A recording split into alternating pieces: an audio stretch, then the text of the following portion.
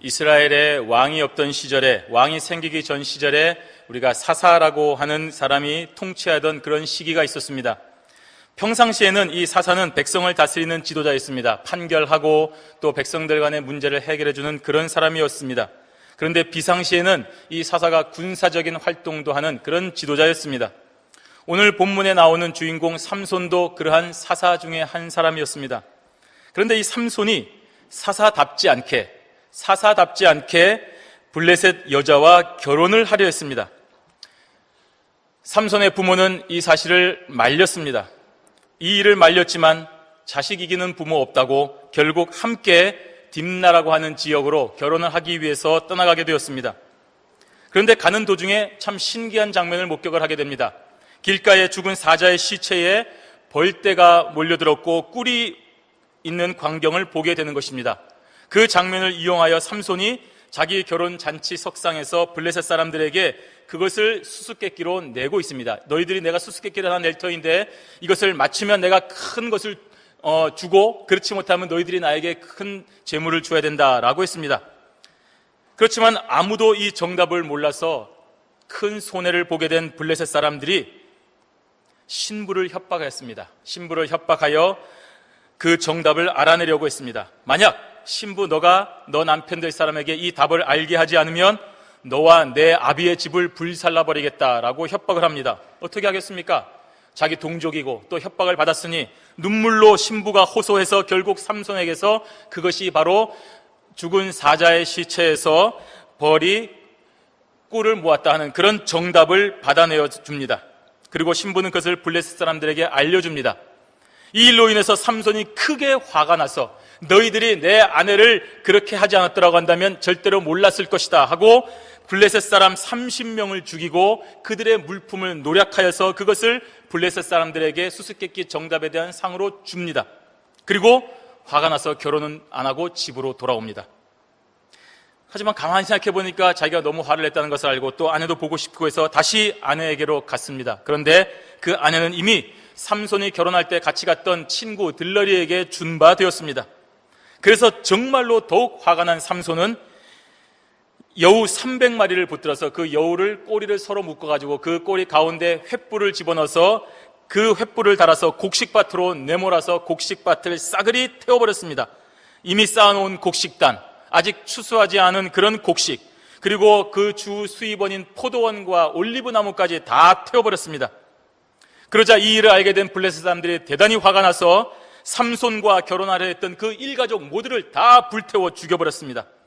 그래서 삼손은 이들에게 원수를 갚기 위해서 그 당시 많은 블레셋 사람들을 또 죽이고 에담 바위 틈에서 쉬고 있었습니다. 그래서 이 일로 인해서 블레셋 사람들이 쳐들어왔습니다. 그들은 유다의 진을 쳤고 오늘 레히라고 하는 지역을 마구 약탈하고 있었습니다. 그리고 그들은 삼손을 요구했습니다. 우리는 삼손 때문에 이렇게 됐다. 삼손을 데려와라. 삼손을 데려오지 않으면 너희들이 다 죽을 것이고 모든 것을 다 약탈하겠다라고 요구를 했습니다. 그래서 유다 사람들이 물어서 삼손이 어디 있는가 했더니 지금 에담이라고 하는 바위 틈에 있다는 것을 알게 되었습니다. 그리고 사서 삼손과 협상을 하기 시작했습니다. 이 사람아, 우리가 블레셋의 통치를 받고 있는 것 너가 알지 않느냐? 그런데 왜 그런 일을 벌여서 이런 곤란한 상황을 만들었는가? 하고 삼손을 은근히 책망을 했습니다. 그리고 삼손, 미안하지만 너를 블레셋 사람들에게 넘겨주어야 되겠다라고 말을 했습니다. 그러자 삼손은 이러한 모든 상황을 다 이해하고 한 가지 조건을 내겁니다. 너희들이 나를 죽이지 마라. 너희들이 나를 결박해서 넘겨주는 건 좋지만 너희들이 나의 생명을 해하지 않는다면 내가 블레셋 사람들에게로 가겠다라고 했습니다. 그러자 유다 사람들은 약속대로 삼손을 죽이지 않고 새로 만든 밧줄로 단단히 결박해서 블레셋 사람들에게 넘겨주었습니다. 여기까지가 바로 오늘 본문의 배경이 되는 사사기 14장에서부터 15장 13절까지의 이야기입니다. 어떻습니까? 삼손의 행적이 어떻습니까?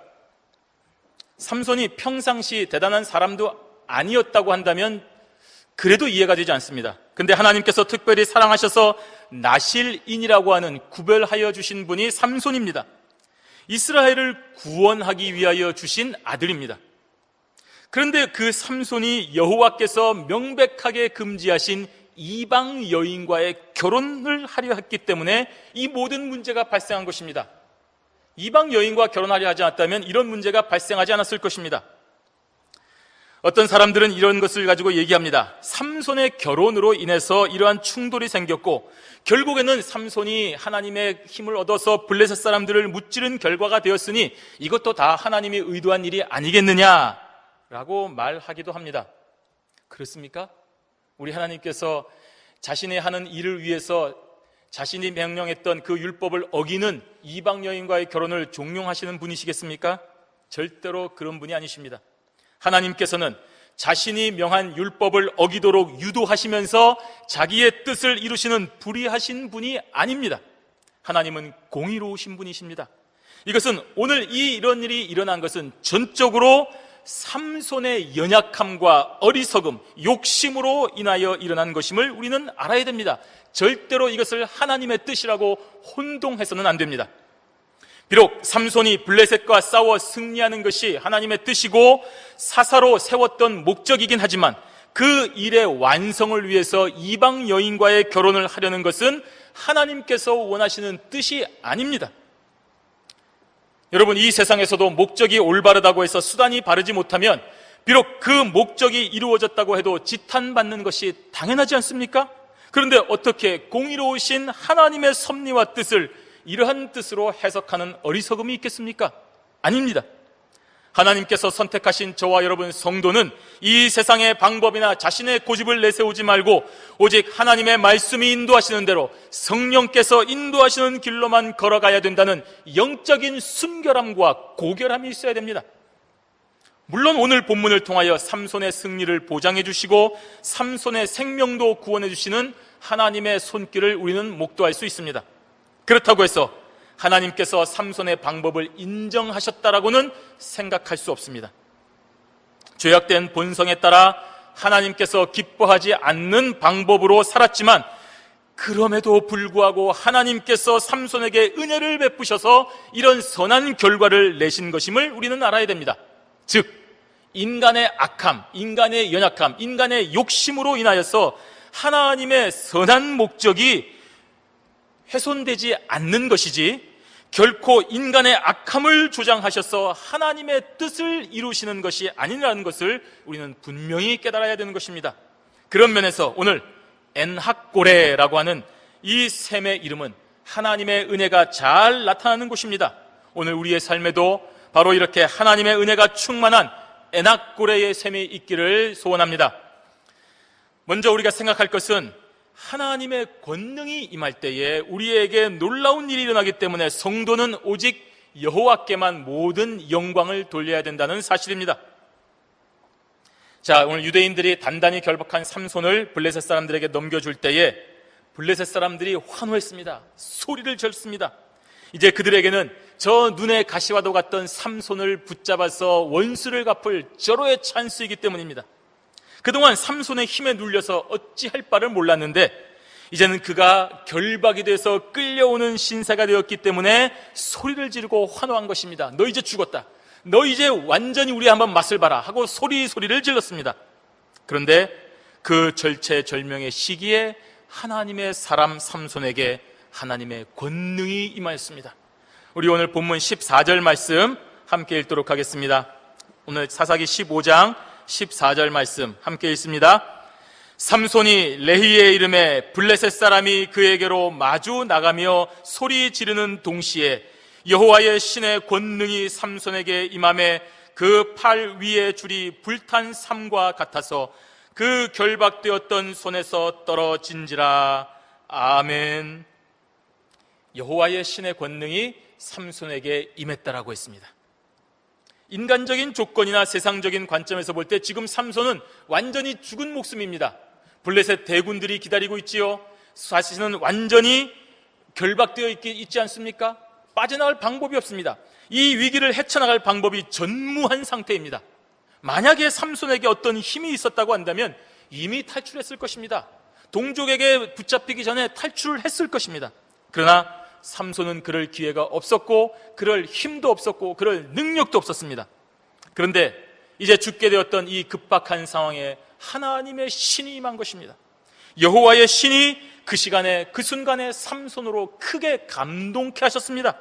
그러자 어떤 일이 일어났습니까? 그를 단단하게 결박하고 꼼짝 못하겠던 새로 만든 밧줄로 그 묶은 그 몸이 밧줄이 끊어졌습니다. 도저히 있을 수 없는 일이 일어난 것입니다. 이런 면에서 우리가 볼 때 우리가 생각할 때 삼손은 그가 원하기만 하면 언제든지 힘을 쓸 수 있다 라고 하는 생각이 아니라 하나님의 신에 의하여 충만해질 때야 비로소 놀라운 능력을 발휘할 수 있다라고 우리가 생각을 해야 됩니다. 이 세상을 살아가는 성도는 하나님의 은혜로 인하여 놀라운 힘을 발휘하는 것입니다. 내 욕심, 내 뜻, 내 이기주의적으로 살아가려고 할 때에는 놀라운 능력이 우리에게 없습니다. 하나님의 뜻에 맞게 살아갈 때야 비로소 놀라운 힘이 임하는 것입니다. 왜 그렇습니까? 바로 그때에 하나님의 신에 우리가 감동되기 때문입니다. 그래서 상상할 수 없는 능력이 우리에게 일어나는 것입니다.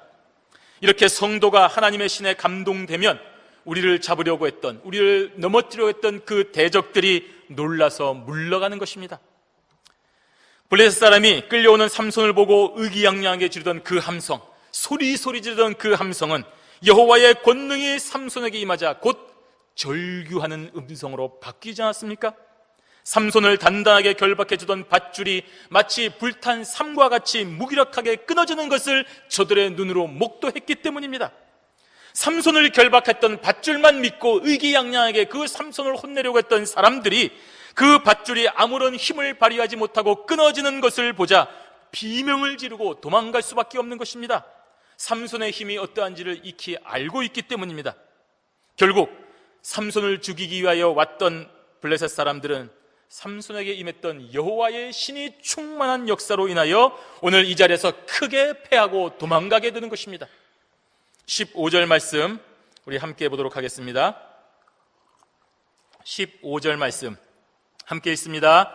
삼손이 나귀의 새 턱뼈를 보고 손을 내밀어 취하고 그것으로 1,000명을 죽이고, 이 나귀의 새 턱뼈라고 했습니다. 뼈 조각, 뼈는 단단합니다. 그걸로 한 사람 두 사람 때리는 거는 쉽습니다. 그렇지만 이렇게 많은 정규 군사와의 싸움에 턱뼈라고 하는 것이 무슨 도움이 되겠습니까? 당시 블레셋 민족은 여러분 역사를 공부하셨으면 알겠지만 철제 무기를 생산하여 사용하던 몇 안 되는 민족 가운데 하나가 바로 블레셋 민족이었습니다. 그렇다면 지금 삼손을 잡으러 온 저들은 이런 철제 최신 무기로 무장하였으면 너무나 당연한 것 아니겠습니까? 그런데 오늘 블레셋 군사를 상대로 삼손이 무엇을 대적하고 있습니까? 겨우 동물 뼈 하나 가지고 저들을 대적하고 있는 것입니다. 그런데 결과가 어떻습니까? 삼손의 나귀 턱뼈가 최신 철제 무기로 무장한 군사 1,000명을 죽였다고 했습니다. 여러분 상상이 되십니까? 도저히 있을 수 있는 일 같습니까? 그런데 성경이 기록하고 있습니다. 후에 그 싸움이 일어난 곳의 이름을 레히라고 불리웠습니다. 원래 이 지명이 레히가 아니라 이 싸움 때문에 이 지명이 레히가 된 것입니다. 레히가 뭡니까? 턱뼈라는 말입니다. 즉 삼손이 이룩한 이 놀라운 사건이 모든 사람들에게 알려졌기 때문에 그 지명이 바로 레히가 된 것입니다. 이것이 하나님의 능력입니다. 우리는 여기서 삼손을 주목해야 됩니까? 하나님의 능력을 주목해야 됩니까? 나귀의 턱뼈를 주목해야 됩니까? 하나님의 신을 주목해야 됩니까? 우리는 여기서 삼손이 아닌 여호와의 신에 감동되었다는 사실을 주목해야 됩니다. 삼손이 대단하다라고 생각하지 아니하고 삼손을 그렇게 만든 여호와의 신에 대하여 우리가 깊이 묵상을 해야 되는 것입니다. 여러분 이 세상 살면서 혹시 이루신 것이 있습니까? 내가 좋은 학교 나오고 내가 좋은 직장 받고 내가 좋은 가문 이렇게 세우고 내가 훌륭한 재벌 기업을 만들고 여러분이 다 이룩하신 것이라고 생각을 하십니까? 아닙니다. 혹시 있다고 한다면 그 모든 것이 다 하나님의 은혜로 된 것임을 여러분들이 고백해야 됩니다. 그렇지 않다면 우리는 오늘 삼손이 행했던 잘못을 그대로 답습하는 것이 됩니다. 지금 삼손은 자신이 한 놀라운 일을 스스로 높였습니다. 나귀의 턱뼈로 1,000명을 죽인 것을 스스로 높였다는 말입니다. 자신에게 임한 여호와의 신을 무시했습니다. 그 신에 의하여 감동되기 전에 자신의 모습은 밧줄에 묶여서 어찌할 수 없는 초라한 죽음에 사로잡힌 그런 모습을 애써 부정했다는 말입니다. 16절 말씀 보시면서 우리가 삼손이 어떻게 생각하는지를 보겠습니다. 16절 말씀 함께 읽습니다.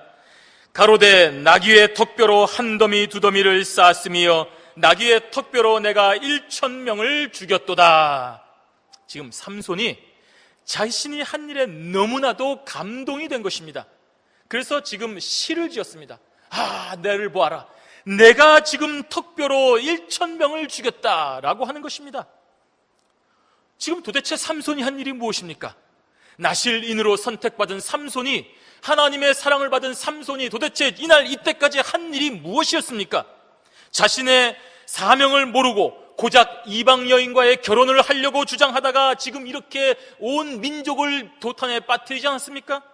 자신의 정욕을 채우려고 여호와의 율법을 어기고 마음대로 행한 사람이 삼손의 지난 삶이었습니다. 그래서 자신의 가족을 위험에 빠뜨렸고 이방 여인의 가족을 몰살시켰고 심지어 자신의 동족마저도 몰살의 위기에 빠뜨린 사람이 삼손이 아니었습니까? 그런데 그 위기에서 여호와의 신이 감동하여 무사히 넘어가게 해주었으면 겸손하게 자신의 잘못을 돌아보고 자신의 행동을 돌아보고 자숙하는 모습을 보여야 합당한 것이 아니겠습니까? 그런데 오늘 이 자랑을 보십시오. 내가 나귀의 턱뼈로 1,000명을 죽였다. 내가 나귀의 턱뼈로 한 더미, 두 더미, 세 더미, 이 산더미로 쌓았다. 스스로의 업적을 자랑하며 상대방을 조롱하고 있습니다. 하나님의 신에 감동되지 않았더라면 절대로 일어날 수 없는 일이 아닙니까? 그런데도 하나님의 은혜는 오늘 이 말에 절대로 언급이 되지 않고 있습니다. 내가 1,000명을 죽였도다. 내가 라고 말하고 있습니다. 물론 삼손이 말하지 않아도 삼손이 죽였다고 다 알고 있습니다. 그런데도 굳이 내가 죽였다, 내가 했다라고 주장을 하고 있습니다. 이는 명백하게 삼손의 수준을 볼 수 있는 것입니다. 우리 어린아이들은 이거 내가 했습니다, 이거 내가 했어요, 그래 잘했다, 잘했어, 우리가 이렇게 칭찬을 합니다. 어린아이의 수준 아닙니까?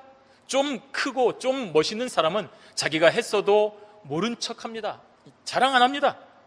이는 명백하게 삼손의 수준을 잘 보여주고 있습니다. 겸손하지 못한 신앙인의 모습을 보여주고 있습니다. 하나님께서 베풀으신 놀라운 은혜를 망각한 삼손의 모습은 교만한 것입니다. 천박한 것입니다. 소영웅주의의 모습을 보여주고 있습니다. 그러한 자랑은 이 지명을 라맛 레히라고 명명하기에 이릅니다.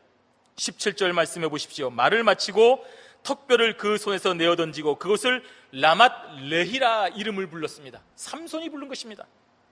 놀라운 승리의 영광을 자신에게 돌린 후에 그 지명마저 이름을 라맛 레히라고 부름으로써 자신이 한 일을 기념하게 한 것입니다. 이 이름에도, 라맛 레히라는 이름에도 자신이 한 일만 나타나지 하나님의 은혜라든지 여호와의 신에 의하여 감동되어서 일어난 일이라든지 하는 의미는 전혀 나타나지 않고 있는 것입니다. 라맛 레히, 턱뼈의 산이라는 뜻입니다. 즉 삼손이 블레셋 사람들의 시체를 쌓아놓은 더미 위에 자신이 가졌던 그 턱뼈를 휙 던져서 맨 꼭대기에 올려놓고 그 승리를 기념하여 내가 이제부터 이곳을 턱뼈의 산 라맛 레히라 부르겠다라고 하는 것입니다. 이렇게 하나님의 은혜를 망각하고 교만했던 삼손에게 곧바로 생명의 위기가 찾아오는 것입니다. 그리고 그 위기 후에 그제서야 비로소 하나님의 은혜를 기억하고 모든 영광을 하나님께 돌리는 삼손의 모습을 보고 있습니다. 우리 18절 말씀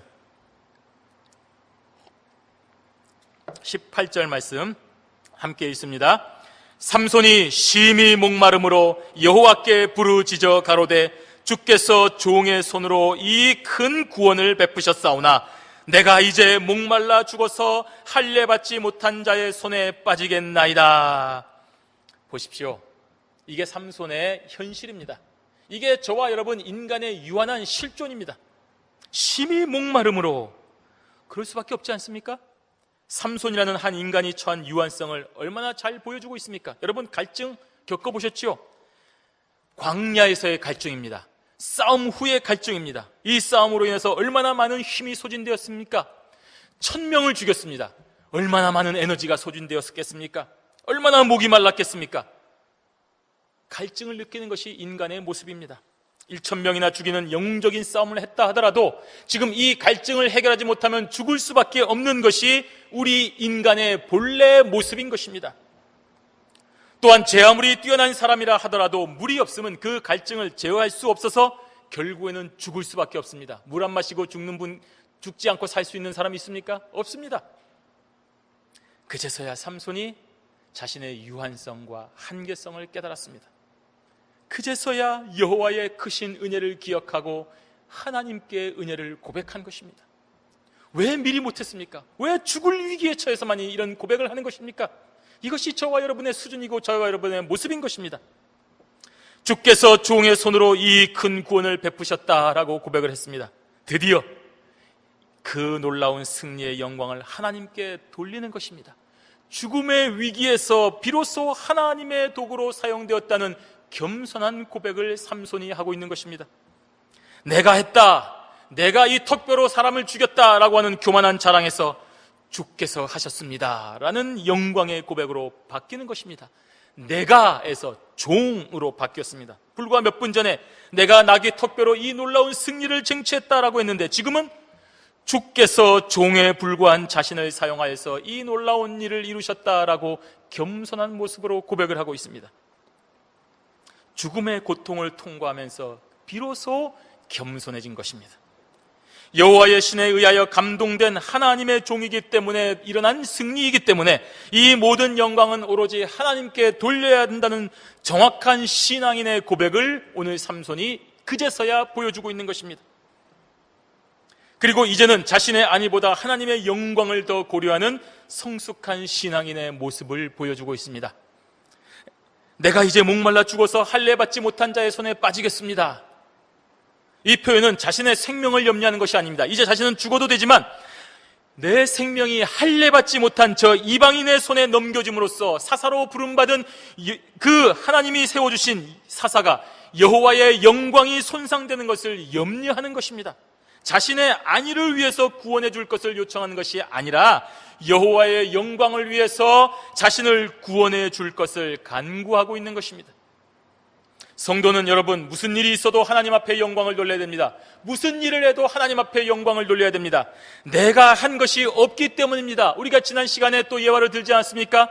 중국 선교사였던 그 허드슨 테일러, 무엇이 자신이 했다는 말입니까? 나는 한 번도 내가 무엇을 했다고 생각한 적이 없습니다. 맞는 말입니다. 내가 한 것이 아니라 하나님께서 하신 것입니다. 하나님의 영광이 임하였기 때문에 내가 쓰임받아 도구로 사용되었고 우리가 사명을 감당했다는 말입니다. 이처럼 성도는 하나님의 신이 임할 때야 비로소 놀라운 능력이 임한다는 사실을 깨달으시고 이것을 놓치지 마시기를 바랍니다. 이거 놓치면 우리는 교만해집니다. 이거 놓치면 내가 했다고 생각하게 됩니다. 내 모든 것이 하나님의 은혜가 아니라 내가 했다고 자랑하게 되는 것입니다. 그리고 그 사실 망각하면 하나님께서 세우신 우리들은 즉각 죽음의 고통이 임하는 것입니다. 그러니 그 사실을 절대로 잊지 마시고 여러분 모든 영광 하나님 앞에 돌려드리는 겸손한 심령들이 되시기를 바랍니다. 두 번째로 성도에게 임하는 하나님의 은혜가 있는 곳이 바로 이 에낙고레라는 샘의 이름입니다. 죽음의 고통을 통과한 후에야 비로소 삼손은 깨달았습니다. 아, 나의 능력이 아니라 여호와의 신이 임하여 이루어진 일이구나 하는 깨달음을 얻었습니다. 그리고 이제는 자신의 생명이 아닌 여호와의 영광을 위하여 간구하고 있습니다. 이러한 삼손의 간구에 하나님께서 응답하여 주셨습니다. 이것이 하나님의 은혜입니다. 이렇게 진정으로 회개하고 간구하는 성도의 기도를 하나님께서 들으시는 것, 그것이 은혜인 것입니다. 실수하는 것까지는 어쩔 수 없습니다. 그러나 그 실수 후에 우리가 하나님 앞에 진심으로 회개하고 간구할 때에 하나님께서 응답하시는 것이 바로 은혜인 것입니다. 우리 19절 말씀 함께 읽습니다. 하나님이 레히의 한 우묵한 곳을 터치시니 물이 거기서 솟아 나오는지라 삼손이 그것을 마시고 정신이 회복되어 소생하니 그러므로 그 샘 이름은 에낙고레라. 이 샘이 레히에 오늘까지 있더라. 아멘. 한 우묵한 곳을 터치시니라고 했습니다. 여기서 터치다라는 말은 쪼갠다는 뜻입니다. 분리한다는 뜻입니다. 뚫어버린다는 뜻입니다. 즉 여호와께서 그 지역에 한 우묵하게 들어간 곳, 이렇게 우묵하게 들어간 곳을 쪼개셔서 그곳으로부터 물을 나오게 하셨다는 뜻입니다. 그리고 삼손은 그 물을 마시고 정신이 회복되어 소생하게 되었습니다.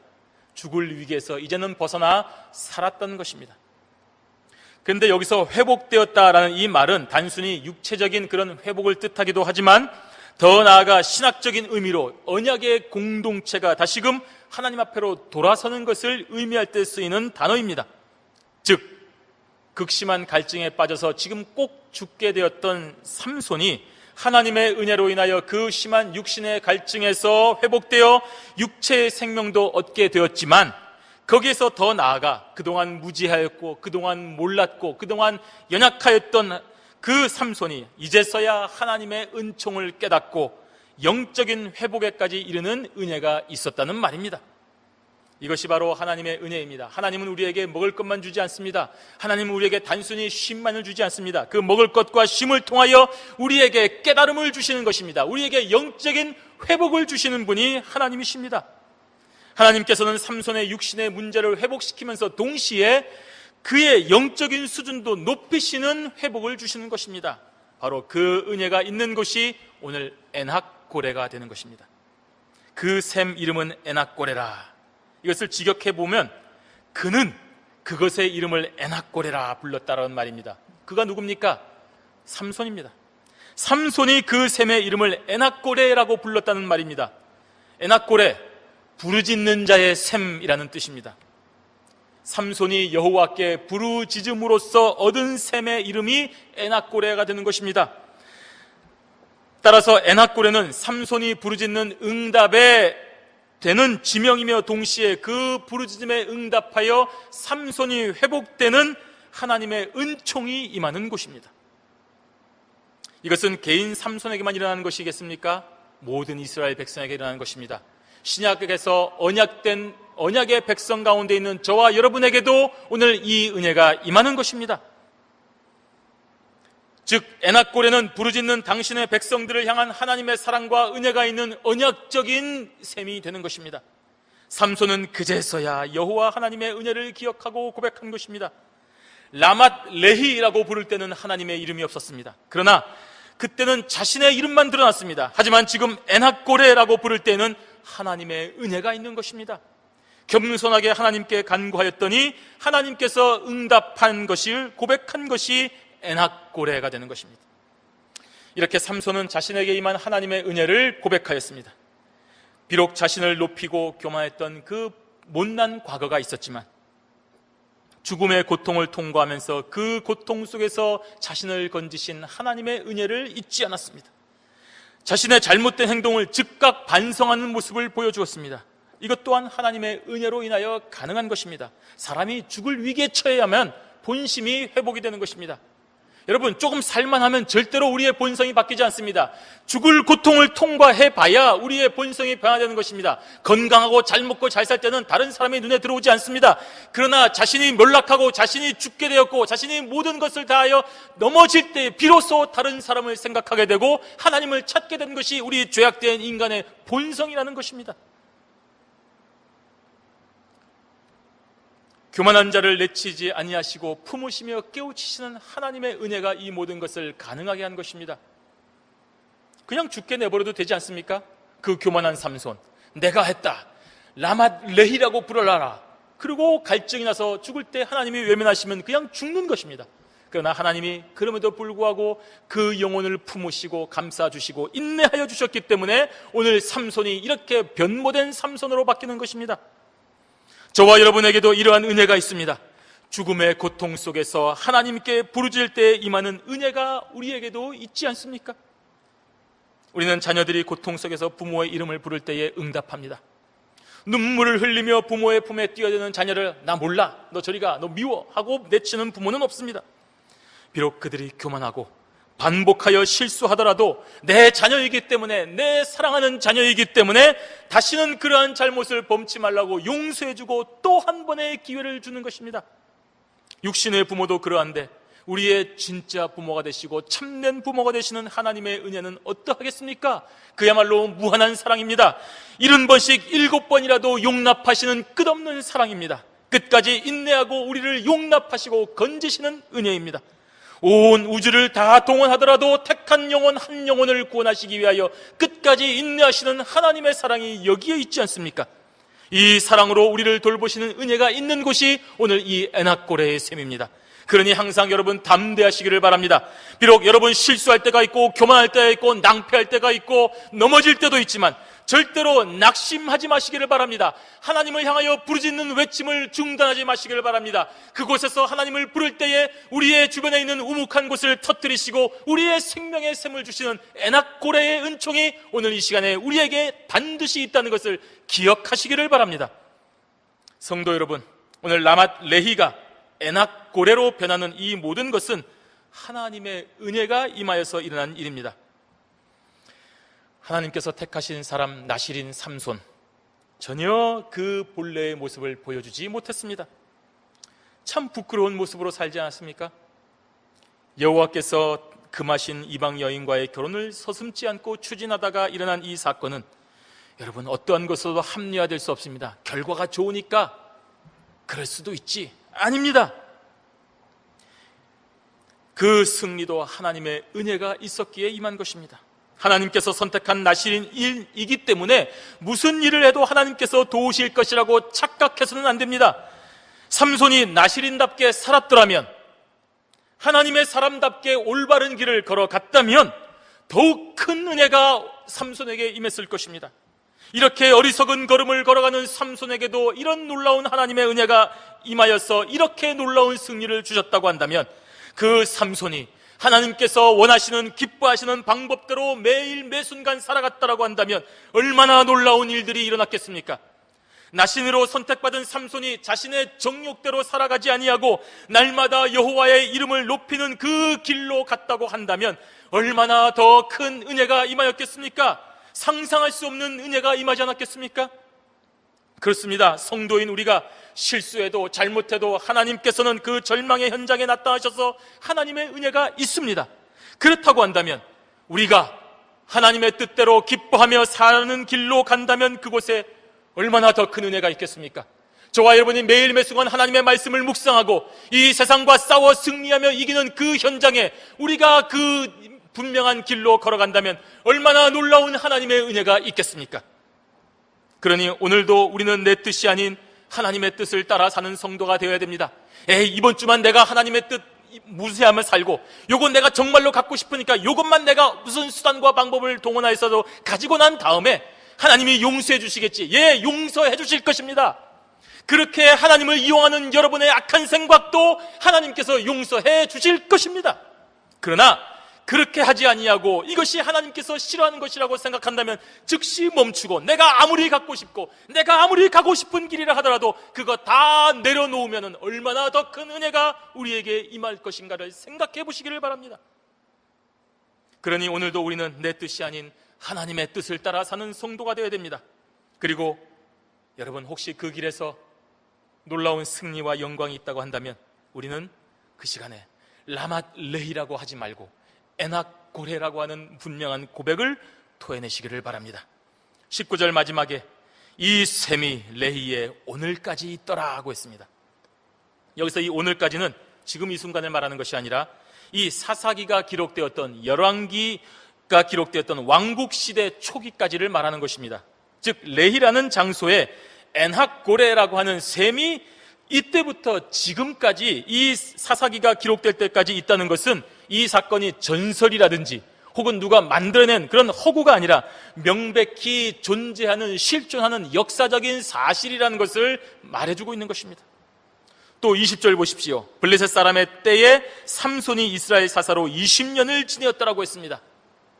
삼손이 거둔 놀라운 승리로 인해서 그 후로 20년 동안 삼손이 사사로 이스라엘 백성을 다스렸다는 말입니다. 그 힘 가지고 겨우 이방 여인하고 결혼하려고 했던 사람을 누가 사사로 쓰겠습니까? 그런데 어떻게 사사로 20년간을 사역할 수가 있습니까? 바로 이 놀라운 승리가 있었기 때문입니다. 그러니 이 사건이 역사적인 사실이라는 얘기입니다. 레히에서 일어난 놀라운 일이 아니라고 한다면 절대로 삼손이 사사가 되어 20년 동안이나 백성 앞에 설 수 없는 일이 아니겠습니까? 이것 또한 하나님의 은혜로 일어난 일입니다. 비록 삼손은 자신의 정욕대로 살아가려 하다가 어려움에 처했지만 그 위기에서 부르짖는 삼손의 기도에 응답하신 하나님께서 놀라운 은혜를 베푸셔서 삼손을 원래의 목적인 사사로 세우시고 만드신 것입니다. 이방 여인하고 결혼을 했던 삼손, 그 삼손을 하나님께서 쳐서 복종시키고 하나님의 은혜로 만들어주셔서 드디어 사사로 세우신 것입니다. 이처럼 성도는 자신을 위해서 살지 말고 하나님의 뜻대로 살아야 됩니다. 여러분의 욕심이 있으십니까? 여러분의 생각과 상식이 있으십니까? 여러분의 고집이 있으십니까? 여러분의 방법이 있으십니까? 예, 그 길로 살아가면 반드시 큰 고통 가운데 있게 됩니다. 우리는 하나님께서 세우신 나실인이기 때문입니다. 물론 그 과정에도 하나님의 은혜가 임하여 결국에는 올바른 길로 가게 되지만 정말 지혜롭고 순결한 성도는 그렇게 살지 말아야 됩니다. 우리를 선택하신 하나님의 섭리를 기억하고 날마다 우리를 넘어뜨리려고 유혹하는 악한 사탄과의 싸움에서 우리가 매일 매순간 승리해야 되는 것입니다. 그래서 항상 하나님의 뜻을 찾아야 됩니다. 하나님의 방법대로 살아가야 됩니다. 그러면 그 순간 내가 이 세상에서는 비록 힘들고 악을 골짜기, 눈물의 골짜기로 갈 수는 있지만 그 올바른 과정에서 주어지는 하나님의 충만한 은혜, 상상할 수 없는 은혜, 하나님께서 베푸시는 놀라운 은혜로 말미암아 우리는 감사와 감격으로 기쁘고 즐거운 충만한 삶을 살게 되는 것이기 때문입니다. 오늘 이 시간에 자신을 높이는 라맛 레히가 아닌 하나님의 은혜를 기억하고 고백하는 에낙고레의 축복으로 날마다 샘솟는 은혜로 충만한 삶을 살아가는 사랑하는 성도들이 되시기를 주님의 이름으로 축원합니다. 아멘.